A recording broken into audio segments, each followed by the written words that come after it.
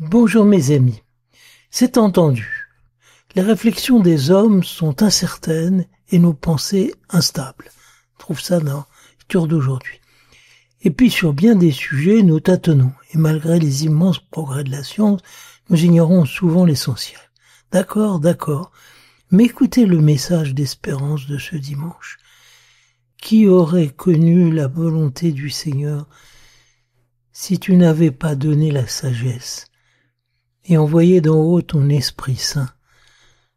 Incapable tout seul de nous élever à la pensée divine, nous avons reçu des dons merveilleux. Car c'est vrai, Dieu nous a donné la sagesse, son Fils, et il nous a envoyé son Esprit Saint. On ne peut pas se plaindre après cela. Connaître la sagesse, c'est être initié au plan de Dieu. C'est connaître de l'intérieur le projet qu'il a formé pour nous de toute éternité. De faire de nous des êtres libres pour lui. Pas seulement pour que nous ayons à manger, à boire et à dormir, mais pour lui répondre, pour apprendre à le connaître et à l'aimer, pour tisser entre nous des relations dignes de lui et pour faire chanter l'univers à sa gloire. Donc nous ne sommes pas les fruits du hasard et de la nécessité. Nous avons notre place dans cet ensemble pour y jouer un rôle. Notre liberté n'est pas un vain mot, même si nous n'avons pas à tout réinventer.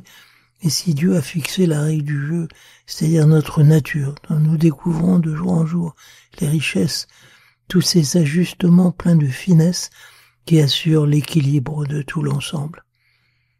Et pourtant, il y a du mal dans le monde et en nous. Il ne s'agit pas de le laisser passer pour l'ombre qui fait ressortir la beauté du tableau. Dieu n'a pas voulu le mal, pas même pour un résultat bon, et il ne s'y résigne pas.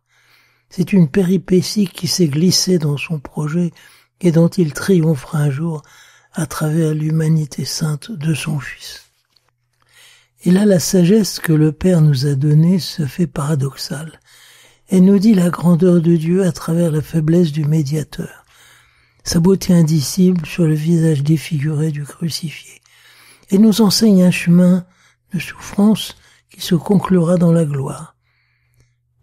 Mais comme elle est plus croyable que toutes les explications que les hommes ont inventées pour essayer de rendre compte de leur situation, ni fuite dans l'absurde, ni plate résignation, elle nous dit notre responsabilité sans nous enfermer dans une terrible culpabilité.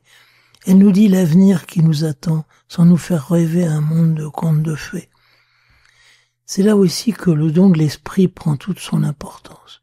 Ce que le Christ a été, nous pouvons l'être, des fils aimés et reconnaissants. Ce qu'il a fait, nous pouvons le faire avec lui, devenir des serviteurs, allons jusqu'au bout dans l'obéissance à la volonté de Dieu.